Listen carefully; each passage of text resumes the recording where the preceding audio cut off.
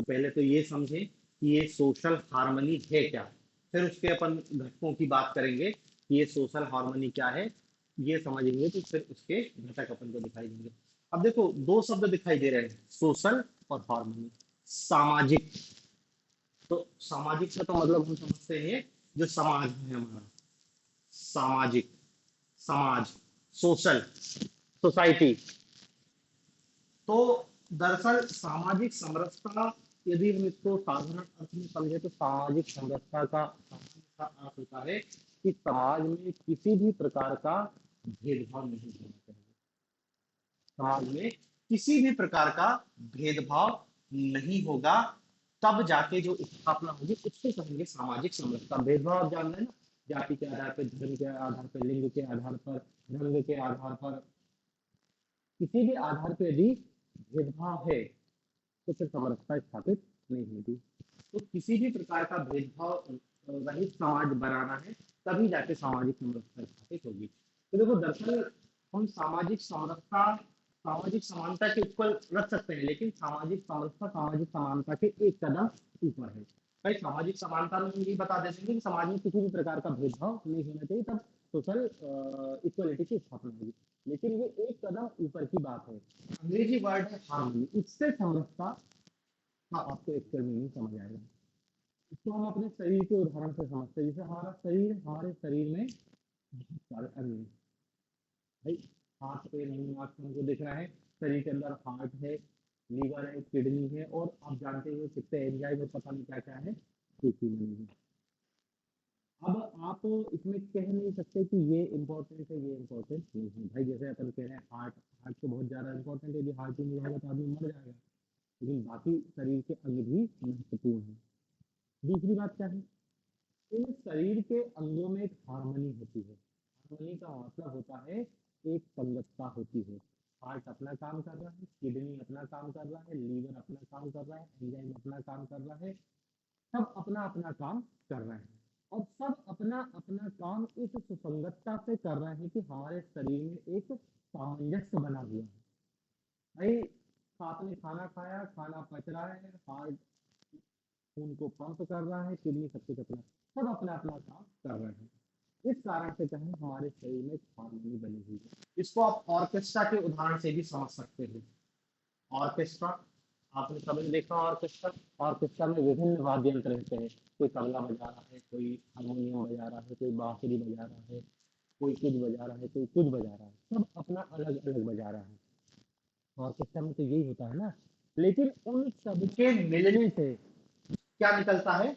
मधुर संगीत। और संगीत क्यों निकलता है? क्योंकि वो जो सब अपना अपना बजा रहे हैं, उन सब में एक हार्मनी है, एक सुगमता, एक समझता है। यदि देखो हार्मनी में यदि आपको बजाना नहीं आता, आप बैठ गए, तो अब मधुर संगीत नहीं निकलेगा, बजेगा ऑर्केस्ट्रा ही, लेकिन क्या है, शोर होएगा, ध्वनि प्रदूषण करोगे, क्योंकि आपको बजाना नहीं आता। क्यों? क्योंकि अब क्या है कि ऑर्केस्ट्रा में तबला वादक अपना अलग राग का पा रहा है, बांसुरी वादक अलग राग का रहा है, हारमोनियम वाला अलग, और सब अलग अलग। तो जब सब अलग अलग बजेंगे तो क्या है, फिर मधुर संगीत नहीं निकलेगा, फिर तो क्या है, कर्कश ध्वनि उत्पन्न होगी। अब आप थोड़ा बहुत समझोगे कि हारमोनी किस दिशा में ले जाने की बात करते हैं। तो अब देखो इसको अपनी सोसाइटी के स्तर पर ले जाओ, कि हमारे सोसाइटी में जो इतने सारे लोग, समाज, लोगों का जो समूह है, इसमें क्या है, यदि समाज के लोगों में हार्मनी होगी, तब जाके सामाजिक समरसता की स्थापना होगी। और सामाजिक समरसता तब स्थापित होगी, सामाजिक हार्मनी तब होगी जब लोगों में भेदभाव नहीं होगा। मतलब तुम समझ रहे हो ना कहने क्या क्या रहे हैं, हम समानता की बात कर रहे हैं, लेकिन समानता स्थापित होगी तब जाके उसका अगला कदम है हार्मनी, समरसता। भाई आपके समाज में कोई भेदभाव नहीं बचा है। अब जब समाज में कोई भेदभाव नहीं बचा, सब अपना अपना काम कर रहे हैं, और जब सब अपना अपना काम बिल्कुल अपने अपने हिसाब से ईमानदारी से करते हैं, तब जाके क्या है, समाज में हार्मनी। शरीर के अंगों में यही है। यदि शरीर के अंग में सामंजस्य खत्म हो जाए, कि अब आपने खाना खाया है, खाना पचेगा, तो खाना पचाने के लिए सबको अपना अपना काम करना पड़ेगा। हार्ट यदि ढंग से ब्लड पंप नहीं करेगा तो आपका खाना नहीं पचेगा। कोई एंजाइम की भूमिका वो नहीं करेगा तो खाना नहीं पचेगा। तो आपके शरीर में क्या है, विसंगति उत्पन्न हो जाएगी, आप बीमार हो जाओगे। आपकी जो बायोलॉजिकल हार्मनी है वो बिगड़ जाएगी और आप बीमार हो जाओगे, आपको डॉक्टर के पास जाना पड़ेगा। यही हमारे समाज में समरसता। कोई भी सब जब भेदभाव खत्म हो जाते हैं, ऊंच नीच खत्म हो जाती है और सब अपने मिलजुल के काम करते हैं, तब जाके एक क्या है, सामाजिक हार्मनी बनती है। तो देखो, सामाजिक हार्मनी किसी एक व्यक्ति के बस की बात नहीं है, सबको साथ होना पड़ेगा, सब करेंगे तब होगा।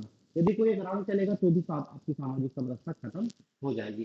तो लिखो परिभाषा, सामूहिक सामाजिक समरसता क्या होती है, सीधी परिभाषा लिखते हैं कि सामाजिक समरसता एक ऐसी प्रक्रिया है, सामाजिक समरसता एक ऐसी प्रक्रिया है, सामाजिक समरसता एक ऐसी प्रक्रिया है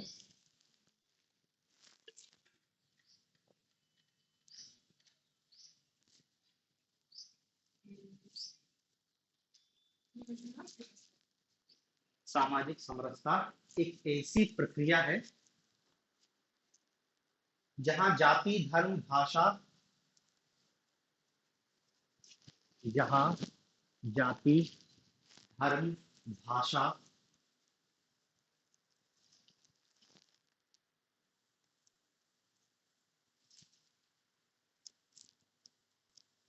जहां जाति धर्म भाषा लिंग जन्म स्थान रंग वंश निर्जातीय आदि के आधार पर भेदभाव ना करते हुए,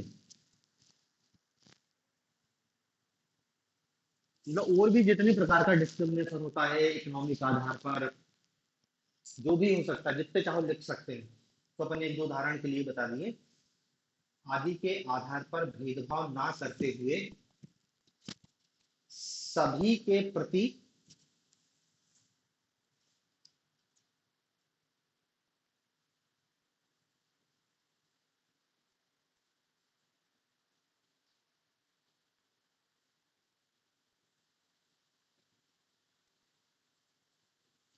सभी के प्रति प्रेम करुणा दया भाईचारा, प्रेम करुणा दया भाईचारा आदि की भावना का विकास होना।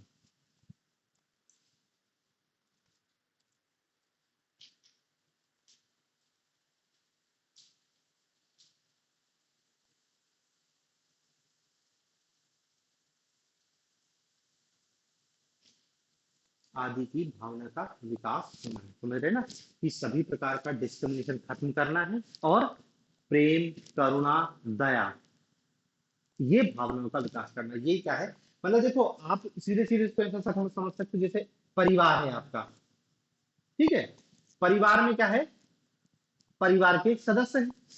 अब परिवार के सदस्यों में हम आप देखते हो कि ज्यादातर लड़ाई झगड़ा नहीं होता, सामान्यतः तो अपन यही मानते हैं कि परिवार के सदस्यों में क्या है, आपसी प्रेम भाईचारा बंधुत्व और त्याग की भावना रहती है। त्याग करते हैं ना परिवार के सदस्यों के लिए, कि दो रोटी बची है तो ऐसा नहीं कि दो ही खा के सो गए, एक रोटी दूसरे के लिए रखते हैं।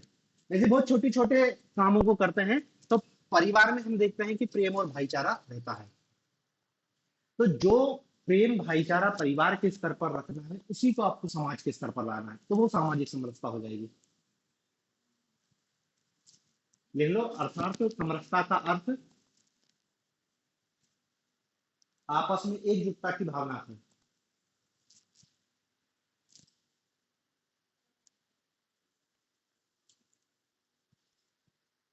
आपस में एकजुटता की भावना से है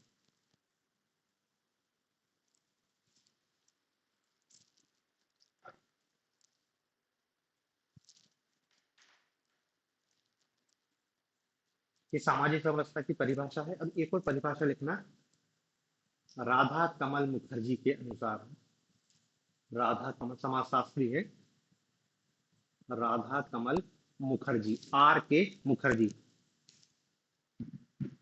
आर के मुखर्जी के अनुसार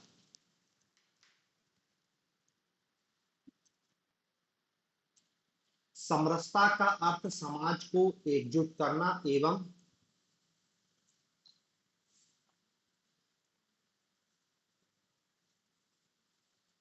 समरसता का अर्थ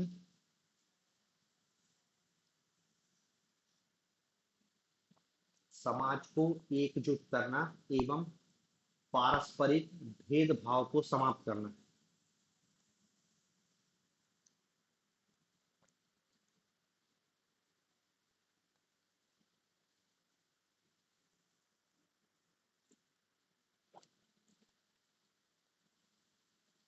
पारस्परिक भेदभाव को समाप्त करना है। यह कार्य किसी एक व्यक्ति या संस्था के द्वारा नहीं बल्कि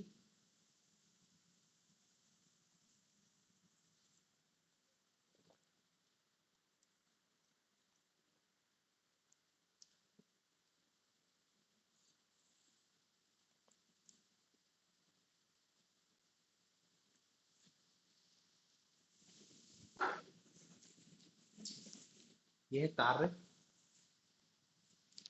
किसी एक व्यक्ति या संस्था के द्वारा नहीं बल्कि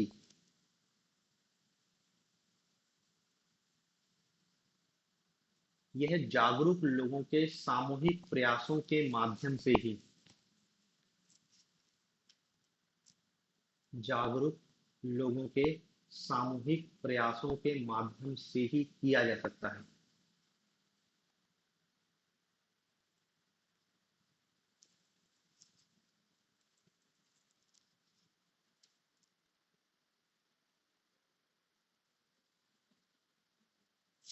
जागरूक लोगों के सामूहिक प्रयासों के माध्यम से ही किया जा सकता है। ठीक है, तो ये आर के मुखर्जी की परिभाषा है, बहुत सिंपल परिभाषा है। एक और परिभाषा लिखो, राष्ट्रीय शिक्षा नीति के अनुसार।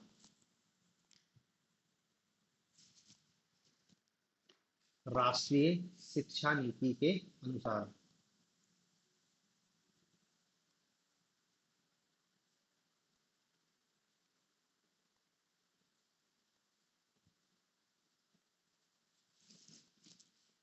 सामाजिक समरसता की भावना का विकास करने के लिए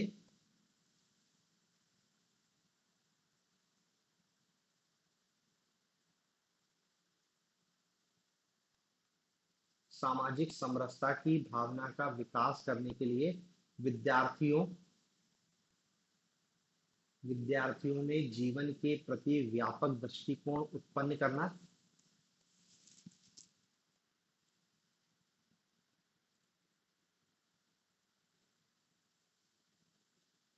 उन्हें स्वार्थ से ऊपर उठकर समाज, देश और मानवता के लिए उन्हें स्वार्थ से ऊपर उठकर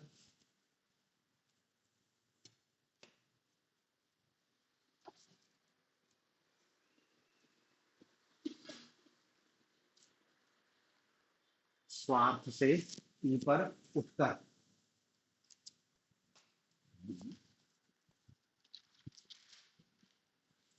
समाज, देश और मानवता के लिए त्याग करने की प्रेरणा देना, त्याग करने की प्रेरणा देना और छात्रों में नैतिकता की भावना को विकसित करते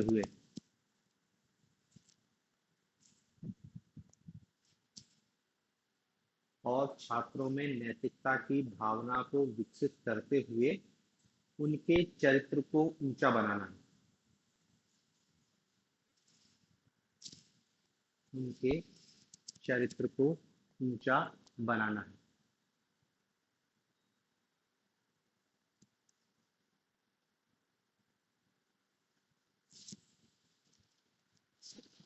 ठीक है, दरअसल क्या है ना कि आप तो परिभाषा पूछे सामाजिक समरसता, तो आर के मुखर्जी की परिभाषा बताओ या फिर जो अपन ने सामान्य परिभाषा लिखी है वो बताओ। राष्ट्रीय शिक्षा नीति मैंने इसलिए लिखवाई क्योंकि राष्ट्रीय शिक्षा नीति में ही लिखा है सामाजिक समरसता विद्यार्थियों में बढ़नी चाहिए, विद्यार्थियों में ऐसा होना चाहिए, तो वो शब्द वहीं से ये लोग यहाँ पे लेके आए हैं। इसलिए राष्ट्रीय शिक्षा नीति का पर्सपेक्टिव भी मैंने बता दिया कि वो बच्चों के अंदर ऐसी भावना विकसित करना है कि वो सामाजिक समरसता को बढ़ाएं आगे चलकर, क्योंकि बच्चे ही तो आगे जाके एक नागरिक बनेंगे। तो देखो ये सामाजिक समरसता की अपन ने सामान्य सी परिभाषा लिखी है, परिभाषा में हमको स्पष्ट रूप से क्या दिख रहा है कि वो असमानता को खत्म करना है, सभी प्रकार के भेदभाव को खत्म करते हुए हमको किसको स्थापित करना है, सभी समाज के सदस्यों में। मतलब देखो, आपने समाजशास्त्र में समुदाय पढ़ा था, समुदाय, और समुदाय की विशेषता में सबसे पहली विशेषता क्या लिखी थी, हम की भावना, हम की भावना। बस मैं से हम की भावना आ गई। अभी हम कहते हैं तो देखो, एक व्यक्ति का हम, मतलब कई बोलचाल में कहते हैं ना हम, तो उसके हम में केवल मैं होता है। मैं, कई लोग मैं की जगह क्या बोलते हैं, हम। तो मैं से उठकर अब कुछ लोगों के हम में क्या होता है, ज्यादा से ज्यादा उनका बस परिवार आता है। और देखो अब तो परिवार में भी सीमित हो गए हैं, परिवार भी बहुत बड़ा है, तो उन्होंने कहा कि कुछ लोगों का हम में केवल पति पत्नी, इसके अलावा उनको किसी से कोई मतलब नहीं। फिर कुछ लोग ऐसे हैं कि चलो पति पत्नी है और भाई बहन है, ये उनका हम हो गया। उनका हम थोड़ा सा और विस्तृत, इनका हम में केवल मैं। भाई कई रहते हैं जिनने सब कुछ त्याग दिया, उनको अपने अलावा किसी से कोई मतलब ही नहीं, शादी ब्याह भी नहीं किया, अपने अलावा किसी से कोई मतलब नहीं। फिर एक व्यक्ति आता है जिसका हम थोड़ा सा विस्तृत होता है, कि उसकी पत्नी है और कम से कम बच्चे हैं और उसके माँ बाप हैं या भाई बहन है, परिवार है। सामाजिक समरसता क्या कह रही है कि नहीं, इस हम की भावना को और बढ़ाओ, और इसमें तुम क्या है, पूरे अपने समाज को शामिल करो। ये जो समुदाय जिसको कह रहे हैं ना हम की भावना, ये पूरा। और अब समाज से मतलब आपका पूरा देश, कोई ऊंच नीच नहीं, हम सब बराबर। भाई परिवार में कोई ऊंच नीच करता है क्या? परिवार में तो सामान्यता तो हम यही देखते हैं, और परिवार में भी होता है, वो बात एक अलग है। ज्वाइंट फैमिली में समस्या आती है, लेकिन न्यूक्लियर फैमिली में तो समानता नहीं है।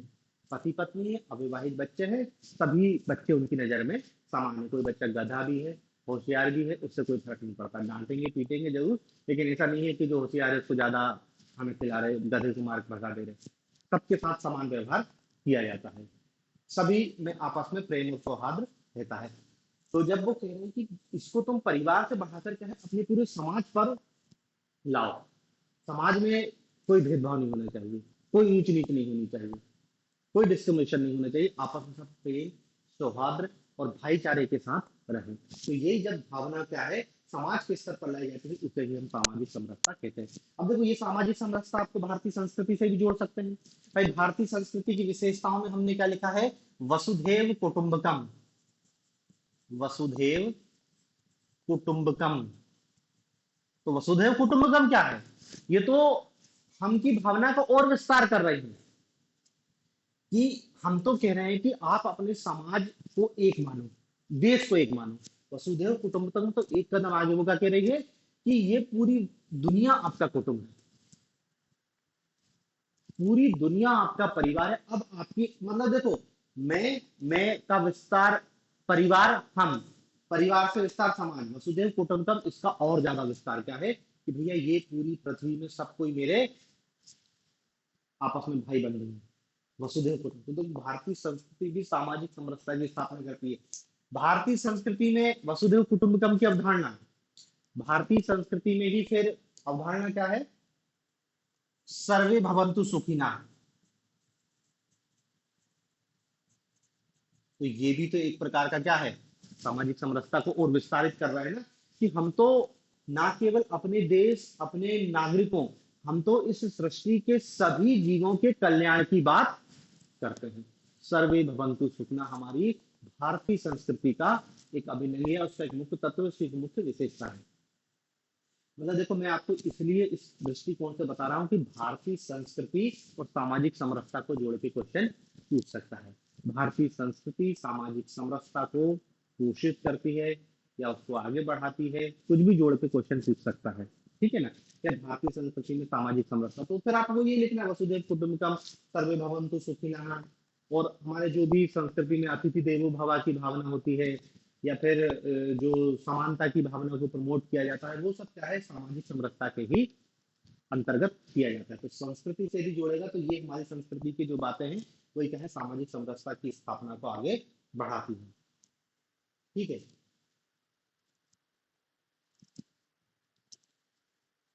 और देखो इस सामाजिक समरसता के अंतर्गत धार्मिक समरसता, हम जब सांप्रदायिकता पढ़ते हैं तो सांप्रदायिकता में देखते हैं क्या है, धार्मिक समरसता होनी चाहिए, संप्रदायों में समरसता होनी चाहिए। हम उसमें केवल धर्म के आधार पर बात करें। अभी सोशल हार्मनी की, वो कम्युनल हार्मनी होता है। कम्युनल हार्मनी मतलब धर्म के बीच सौहार्द और प्रेम होना चाहिए। यहाँ पे क्या कह रहे हैं, नहीं धर्म नहीं, पूरे समाज, धर्म का भेदभाव भी नहीं होना चाहिए। ठीक है। अब इसमें लिखना सामाजिक समरसता के उद्देश्य, सामाजिक समरसता के उद्देश्य, सामाजिक समरसता के उद्देश्य।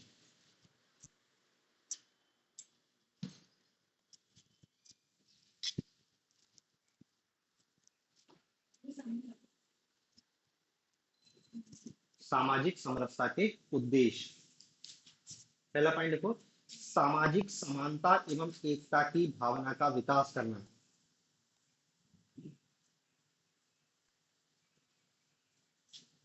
सामाजिक समानता एवं एकता की भावना का विकास करना। दूसरा पॉइंट लिखो,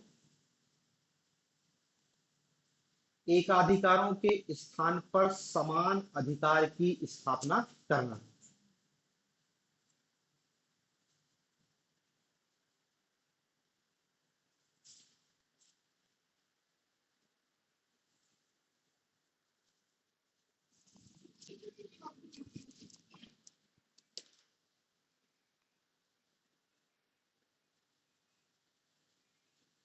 तीसरा पॉइंट देखो, लोकतांत्रिक मूल्यों का विकास करना।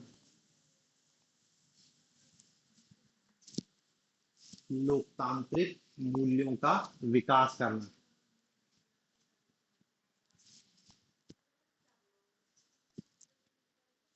चौथा पॉइंट लिखो, वसुधैव कुटुंबकम की संकल्पना का विकास करना। वसुधैव कुटुंबकम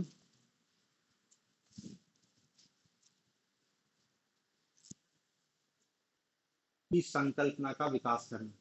पांचवा पॉइंट देखो, सांस्कृतिक एक तत्व की भावना विकसित करना। सांस्कृतिक एक तत्व की भावना विकसित करना।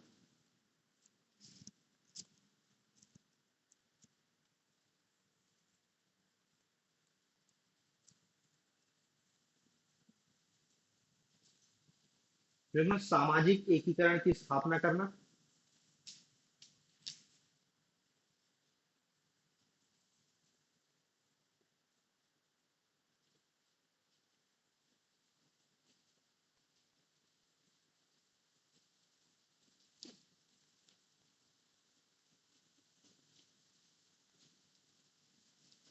लिंग जाति रंग भेद अस्पृश्य आचरण का विरोध करना।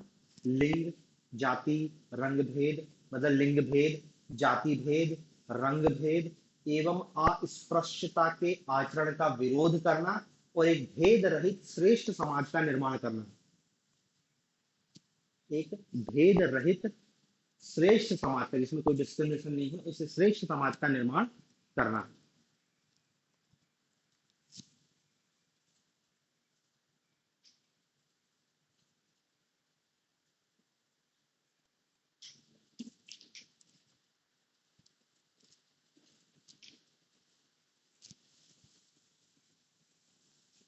और अगला पॉइंट लिख लेना, समता मूलक आदर्श समाज की स्थापना करना और जड़ मूलक कुप्रथाओं का उन्मूलन करना।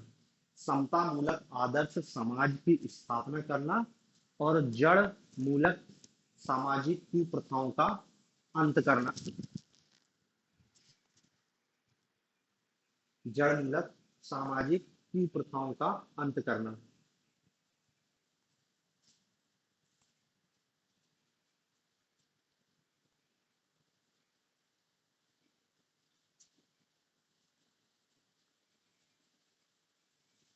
ठीक है ना, तो देखो उद्देश्य अपन ने भले बहुत सारे पॉइंट लिखे हैं, लेकिन सामाजिक समरसता का एकमात्र उद्देश्य क्या है?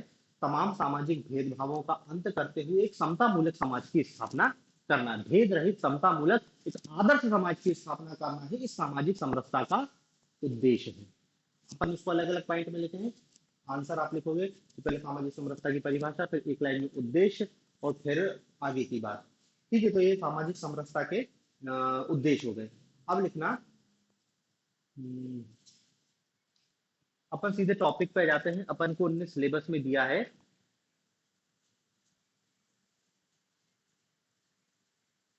एलिमेंट ऑफ सोशल हार्मनी, सामाजिक समरसता के तत्व या घटक। सामाजिक समरसता के तत्व या घटक।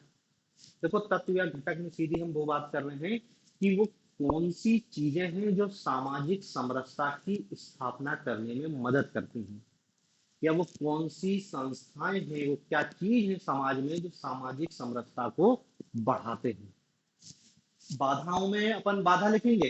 अभी हम तत्वों में केवल क्या है, उन तत्वों पर फोकस करेंगे जो सामाजिक समरसता की स्थापना में महत्वपूर्ण भूमिका निभा रहे हैं। सामाजिक समरसता के तत्व या घटक, एलिमेंट ऑफ सोशल हार्मनी। ठीक है ना, तत्व लिखा है, घटक लिखा है, एलिमेंट। तो देखो, आपके समाज में ऐसा क्या है जो समानता को बढ़ावा देता है, भेदों को मिटा रहा है? तो देखो, इसमें चार पांच चीजें अपन को एक साथ देखनी है। देखो, हमारा सामाजिक समरसता का सबसे मेन और सबसे महत्वपूर्ण घटक है हमारा संविधान। हमारा संविधान। दूसरा सामाजिक समरसता का घटक है हमारा परिवार।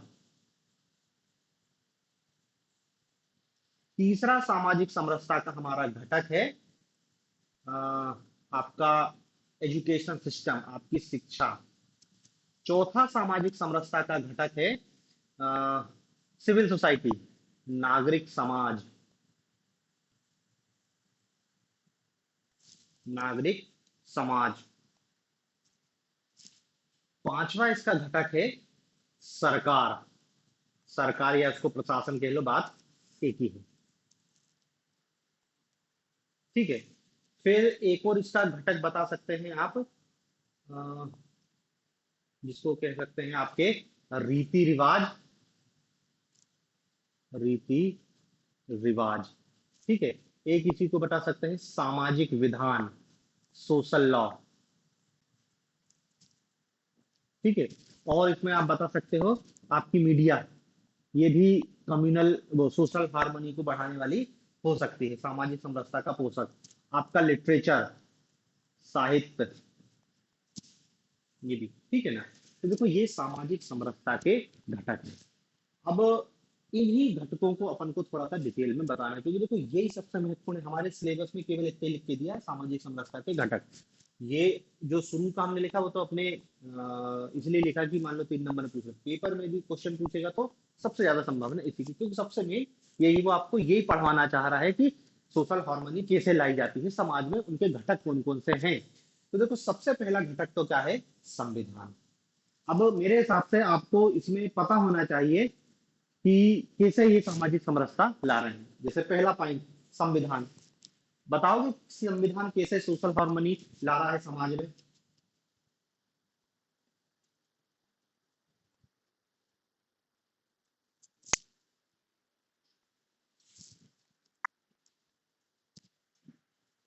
ठीक है, 15 16 और?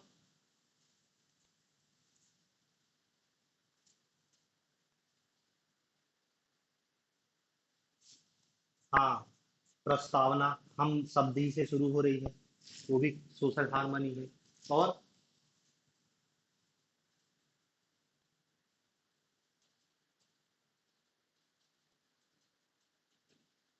देखो, इसमें आर्टिकल 14 क्यों छोड़ दिया? 14 15 16 17 18 सभी तो सोशल हार्मनी ला रहे हैं ना। भाई आर्टिकल 17 क्या है, अस्पृश्यता का अंत कर रहा है, तो भेदभाव को रोक रहा है ना, कि जाति के आधार पर डिस्क्रिमिनेशन नहीं होना चाहिए।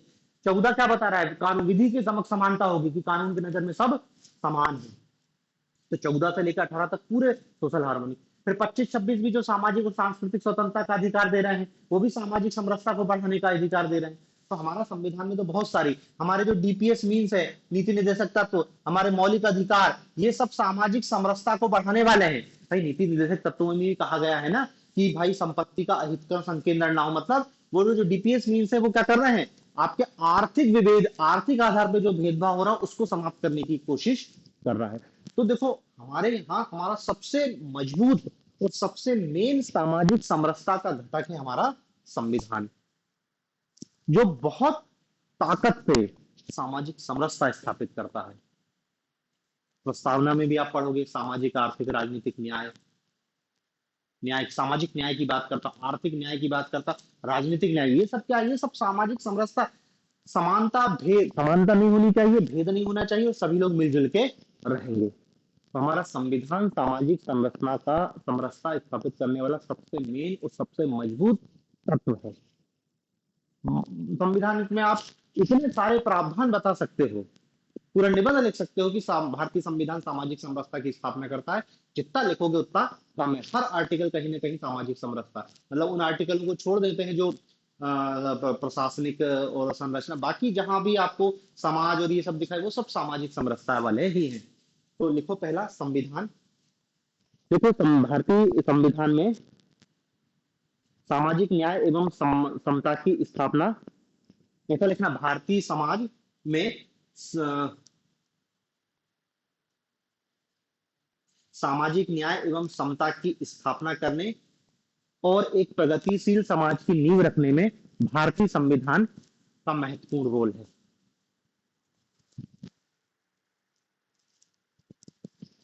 सामाजिक न्याय एवं समता की व्यवस्था करने एवं एक प्रगतिशील समाज की नींव रखने में संविधान का महत्वपूर्ण रोल है।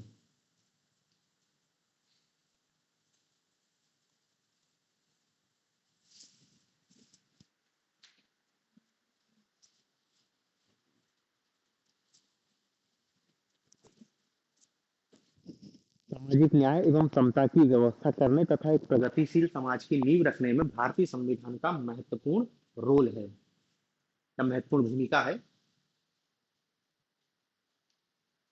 संविधान में कई ऐसे प्रावधान किए गए हैं जो सामाजिक समरसता को बनाए रखने में मदद करते हैं। संविधान में कई ऐसे प्रावधान किए गए हैं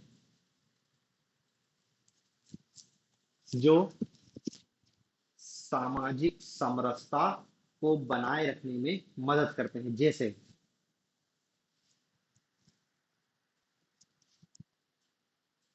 जैसे अब हम देखो, हम बहुत डिटेल में नहीं लिखेंगे क्योंकि आप एक एक प्रावधान को लिखोगे तो बहुत लंबा हो जाएगा।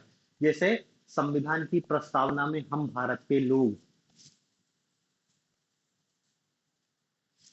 संविधान की, अब चाहो तो देखो इतने लिख लो कि भारत की संविधान की प्रियम्बल, क्योंकि प्रियम्बल में देखो ना केवल हम भारत के लोग हैं, बल्कि देखो प्रियम्बल में आगे बंधुत्व शब्द भी दिखाई देगा। फिर सामाजिक न्याय की भी बात की गई है, स्वतंत्रता की भी बात की गई, तो चाहो तो ऐसा लिख लो ना। जैसे प्रस्तावना, और प्रस्तावना में आगे डेट डेट करके लिख लेना कि हम भारत के लोग, बंधुत्व शब्द, और ये जो है ना सारी चीज को कि कैसे प्रस्तावना उसको आगे बढ़ाती है। फिर आगे लिख लेना अनुच्छेद 14 से लेकर 18 तक समता के अधिकार का प्रावधान किया गया है। ठीक है ना। अब देखो फिर आपको संविधान का अनुच्छेद 14 तो पता है, विधि के समक्ष समानता और विधियों का समान संरक्षण। 15 भी पता है, 16 भी पता है, 17 भी पता है, 18 भी पता है। तो अब आप इसको अपने शब्दों में लिख लेना। देखो संविधान पर इसलिए इतना ज्यादा जोर है क्योंकि ये अलग से शॉर्ट नोट्स आ सकता है कि सामाजिक समरसता स्थापित करने में भारतीय संविधान की भूमिका को समझाइए। 50 शब्द में भी आ सकता है, 200 वर्ड में भी आ सकता है। तो मैंने बताया ना, 50 शब्द में आएगा तो छोटा छोटा लिखेंगे, 200 वर्ड में आएगा तो अपन एक एक आर्टिकल को आगे बता देंगे। तो ऐसा लिखे ना, 14 से लेकर 18 तक मध्य समता के अधिकार का प्रावधान किया गया। फिर 14, 15, 16, 17, 18 आप अच्छे से जानते हो। 19 भी सामाजिक समरसता, क्योंकि वाकई में व्यक्ति की स्वतंत्रता की सामाजिक समरसता को ही बढ़ाने वाली है। 19, 20, 21 आप तो ऐसा लिख लो, मूल अधिकार, नीति निदेशक तत्व, नीति निदेशक तत्व आदि क्या कर रहे हैं, सोशल हार्मनी की स्थापना कर रहे हैं। ठीक है। अब इसको मैं बहुत डिटेल में नहीं जा रहा, आप सब जानते हैं। अपने शब्दों में लिख लेना, जितना लिखो उतना कम है। 50 शब्दों में पूछेगा तो यही एक एक पॉइंट बता देना, बात खत्म हो जाएगी। तो देखो सोशल हार्मनी स्थापित करने का सबसे मेन और प्रमुख स्रोत बताया मैंने, प्रमुख तत्व क्या पढ़ा हमने, संविधान। और संविधान के विभिन्न प्रावधानों के माध्यम से हमने ये बता दिया कि कैसे भारतीय संविधान एक सामाजिक समरसता की स्थापना करता है। अब दूसरा बिंदु, परिवार। अब परिवार बताओ कैसे सामाजिक समरसता की स्थापना करेगा।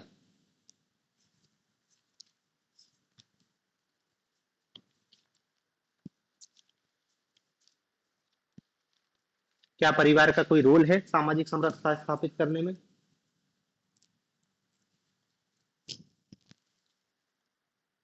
परिवार तुमने पढ़ लिया।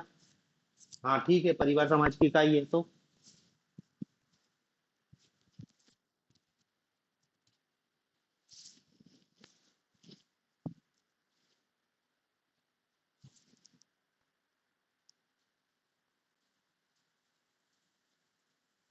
तो यही तो बताओ ना कि कैसे। भाई देखो, संविधान तो बहुत बाद में आएगा। आपने परिवार पढ़ा है? परिवार मानव समाज की कोशिका कहा है। परिवार वो प्राथमिक संस्था है जो बच्चे का सामाजिकरण करती है, बच्चे को सिखाती है क्या सही है क्या गलत है। और यदि आपका परिवार भेदभाव सिखाएगा तो समाज में सामाजिक समरसता कैसे होगी? और हमारा परिवार तो भेदभाव सिखाता है। भाई कोई जाति व्यवस्था में छुआछूत पेट से सीख के आता क्या? सबसे पहले परिवार इसको सिखाता है कि ये फलानी जात का, इससे दूर रहो, इसका खाना नहीं खाना है इनको। परिवार ही हमको, देखो भारत में तो जाति सिखाने का सबसे आधार परिवार ही। बच्चे को तो कुछ नहीं पता, समाज में तो वो बाद में जाएगा, पहले परिवार ही उसके अंदर इतना जहर भर देगा। रंग भेद भारतीय परिवार बहुत अच्छे से सिखाते हैं। छोटा बच्चा है, चाय मांगता है, उसको चाय नहीं पिलाते। क्यों नहीं पिलाते? उनका तर्क है कि चाय पीने से काले हो जाते हैं।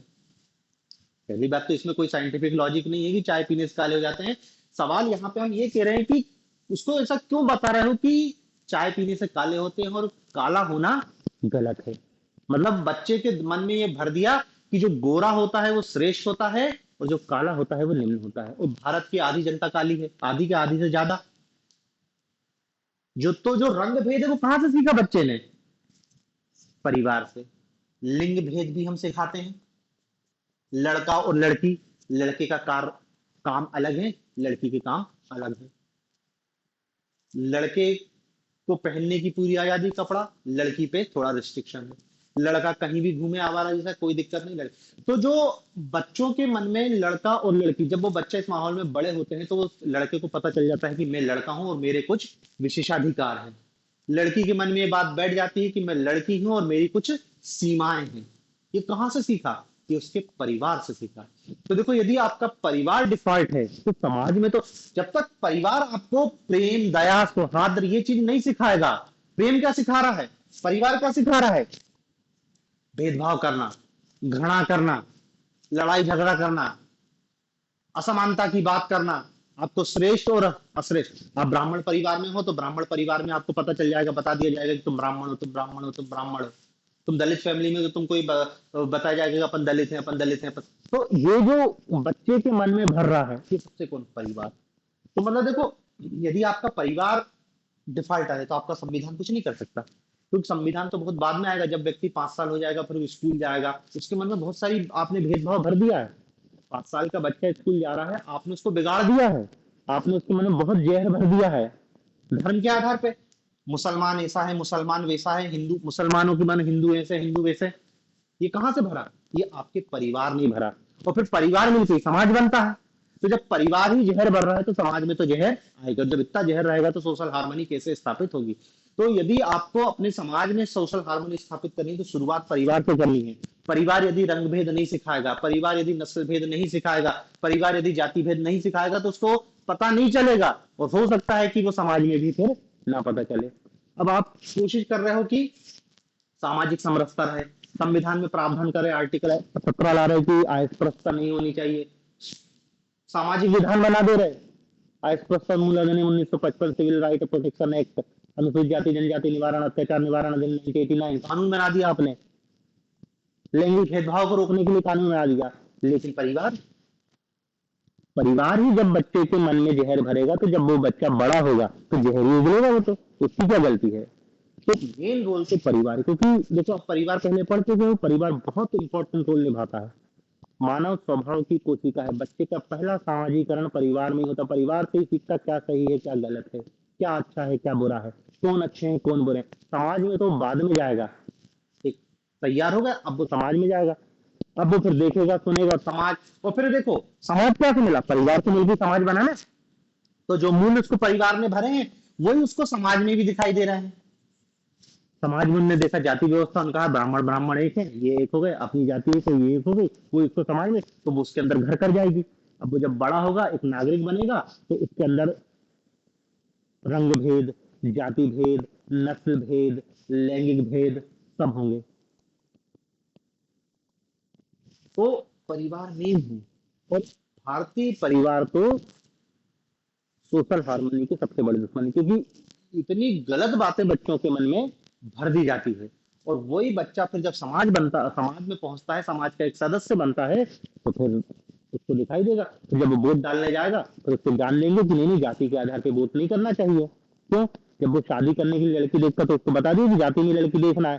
तो वो यदि नेता चुनते समय भी जाति को देख रहा है तो क्या गलत कर रहा है? या तो तुम उसको ये बताओ कि नहीं, जाति कुछ नहीं होती, जाति के आधार पे कुछ नहीं चयन करना है अपन को। लेकिन उसको बता रहे कि नहीं, लड़का लड़की तो जाति के आधार पे चयन करना है, वोट डालते समय जाति मत सोचना। उसके दिमाग में तो आएगा ही ना जाति। परिवार उसको जाति सिखा रहा है, समाज में जाति के संस्थाएं हैं, और फिर तुम जातिगत भेदभाव को खत्म करने की बात करते हो तो कभी खत्म होएगा ही नहीं। तो भले तुम उनने कहा कि कितने अच्छा गाना बना लो कि काले गोरे का भेद नहीं, हर दिल से हमारा नाता है, ये सामाजिक समरसता का गाना है। लेकिन तुम रियलिटी में देखो तो काले गोरे का तो जमीन आसमान का भेद दिखाई दे रहा है ना, हर व्यक्ति के मन में। तो परिवार ही मेन है। मतलब संविधान में यदि सामाजिक समरसता ना भी हो, यदि परिवार बच्चे को सामाजिक समरसता की भावना भर रहा है, तो वो बड़ा होगा तो उसको कुछ बताने की जरूरत नहीं है, वो सब अपने आप से करेगा, सब मिलजुल के आपस में रहेंगे। लेकिन परिवार ही जहर भर रहा है। लिखो, देखो, परिवार ही बच्चे की प्रथम पाठशाला है, जहां उसके व्यक्तित्व का निर्माण होता है।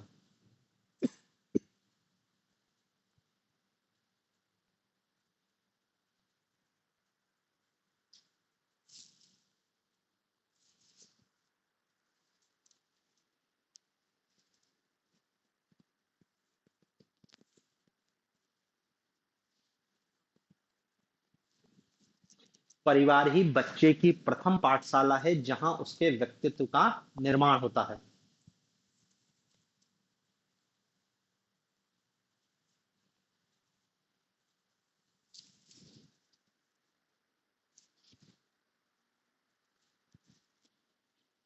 जहां उसके व्यक्तित्व का निर्माण होता है।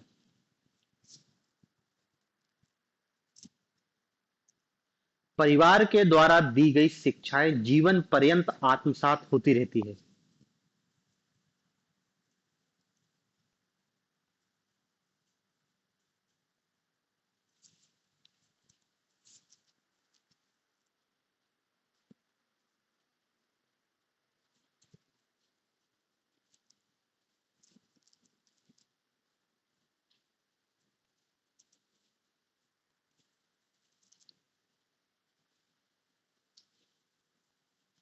यदि परिवार बच्चे को दया, स्नेह, प्रेम, सहानुभूति, त्याग, बलिदान, राष्ट्र प्रेम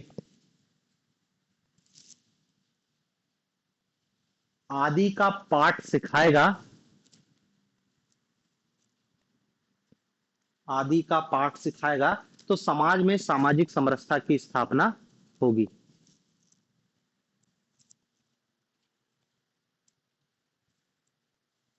तो समाज में सामाजिक समरसता की स्थापना होगी।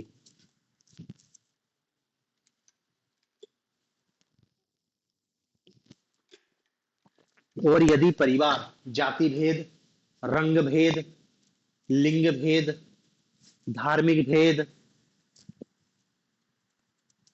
आदि का शिक्षण देगा, तो समाज में सामाजिक समरसता कभी संभव नहीं हो।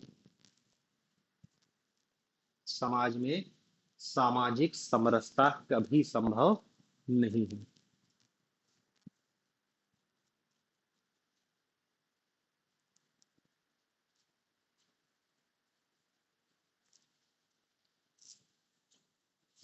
ठीक है ना? इसलिए सामाजिक समरसता लाने से पहले परिवार समरस हो।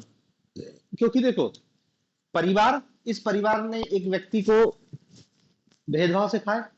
अब ये व्यक्ति आगे जाके अपना परिवार स्थापित करेगा, और वही जहर अपने बच्चों में ट्रांसफर करेगा। पीढ़ी दर पीढ़ी यह ट्रांसफर हो रहा है ना, इसलिए तो सामाजिक समरसता स्थापित नहीं हो पा रही है।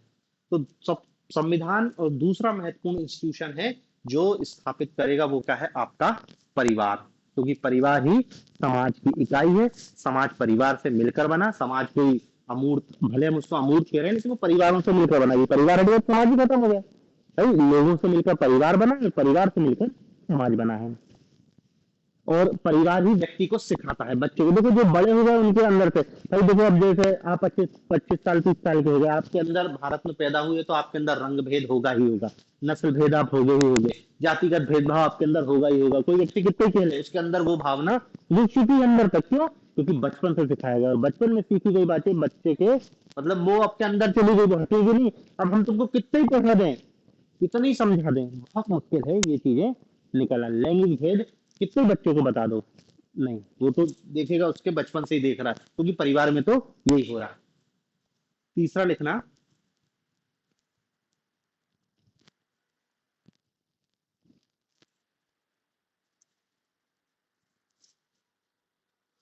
संविधान हो गया, ये हो गया। तीसरा लिखो, सरकार एवं प्रशासन।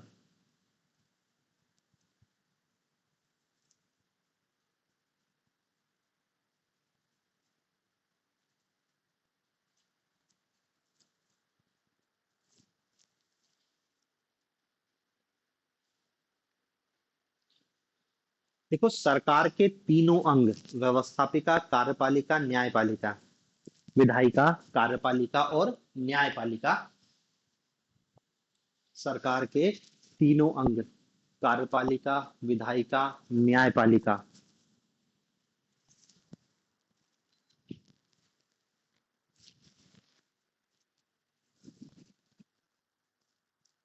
सामाजिक समरसता को बनाए रखने में महत्वपूर्ण योगदान देते हैं।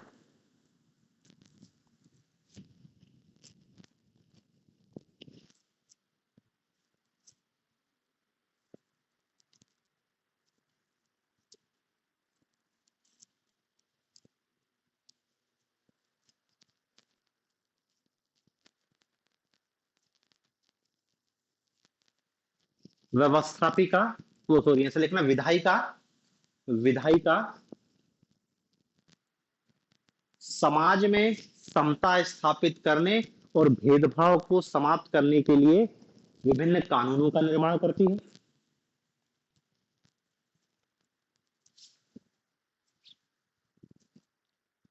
विभिन्न कानूनों का निर्माण करती है, बहुत सारे कानून है, civil right protection act, SC ST atrocity act, और जो भी कानून बनाती है स्थापना करने के लिए। कार्यपालिका इन कानूनों को लागू कर, कार्यपालिका इन कानूनों को लागू कर, और न्यायपालिका संविधान और कानूनों की व्याख्या कर सामाजिक समरसता को स्थापित करती है।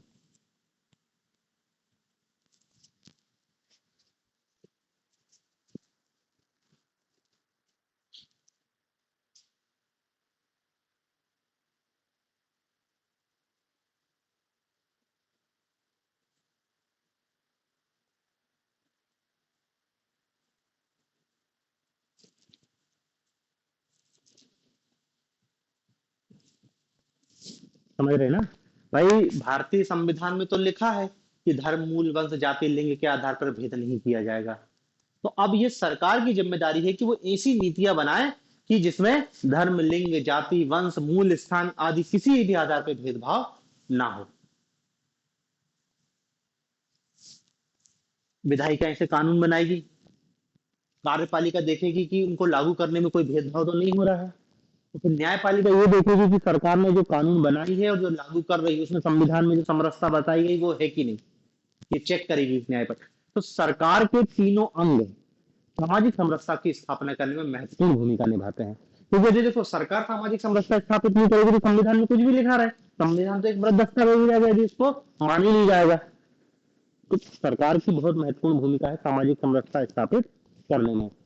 मतलब अब देखो इसमें विवाद हो सकता है कि सरकार ने उनका संविधान आरक्षण देता है, सरकार ने आरक्षण लाया, आरक्षण भी सामाजिक समरसता को स्थापित करने के लिए है कि जो समुदाय पिछड़ गया है उसको मुख्य धारा में लाया जाए। देखो अभी हमने देखा लोकसभा से नारी बंधन अधिनियम पारित किया गया है, वुमन रिजर्वेशन एक्ट दिया गया ना सांसद में और राज्य की विधायिकाओं में। तो ये तुम ये नहीं कह सकते कि लैंगिक भेदभाव को बढ़ा रहा है, ये भी समानता समरसता की स्थापना करने के लिए है। ठीक है ना? तो मीडिया का ये सब सरकार का रोल है। अगला पॉइंट लिख लेना, विभिन्न सामाजिक विधान, सोशल लॉ।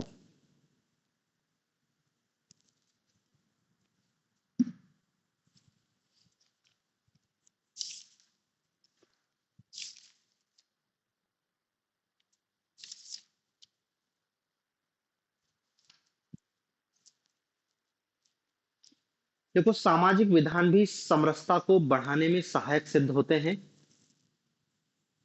सामाजिक विधान भी समरसता को बढ़ाने में सहायक सिद्ध होते हैं। जैसे सिविल अधिकार संरक्षण अधिनियम 1955, सिविल अधिकार संरक्षण अधिनियम 1955, एससी एसटी अत्याचार निवारण अधिनियम 1989,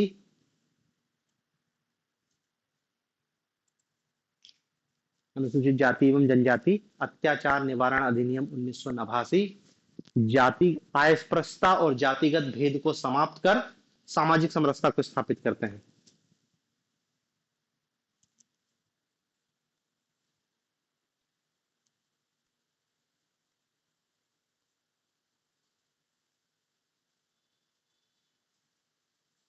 ठीक है। सोशल लॉ मतलब जो समाज को प्रभावित करते हैं, सीधे सीधे सामाजिक कुरीतियों का अंत करते हैं। तो ऐसे बहुत सारे एक्ट भारत सरकार ने बनाए हैं जो इस टाइप की भेदभाव को समाप्त करते हैं। ठीक है, अब इसमें आगे अपन कल देखेंगे। अब इसके टॉपिक पॉइंट बचे हैं, शिक्षा है, साहित्य है, मीडिया है। ठीक है, इसको अपन कल देखेंगे।